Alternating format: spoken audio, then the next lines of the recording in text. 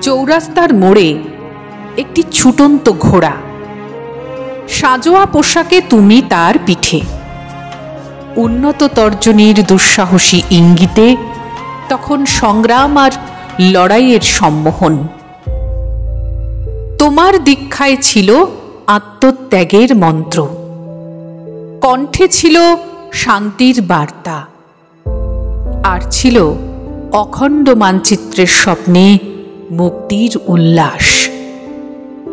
দেশ তোমার কাছে শুধুমাত্র মানচিত্র নয়, অনাবিল ভালোবাসায় সেদিন তারুণ্যের হাতে তুলে দিয়েছ স্বদেশ নামক নিশান।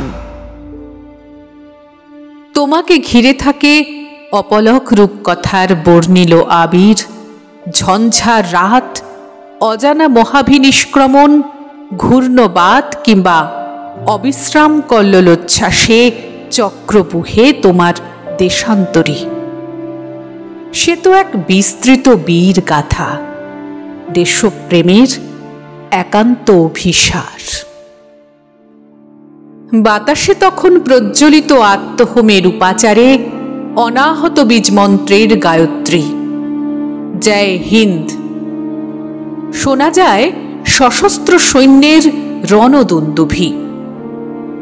সে এক বিশাল ব্রিগেড বাহিনী, ঝাঁসির রানীর মেয়েদের লং মার্চ, উদ্ধত ঘোড়ার পদশব্দ, উদ্যত রাইফেল আর অস্ত্রের টঙ্কার।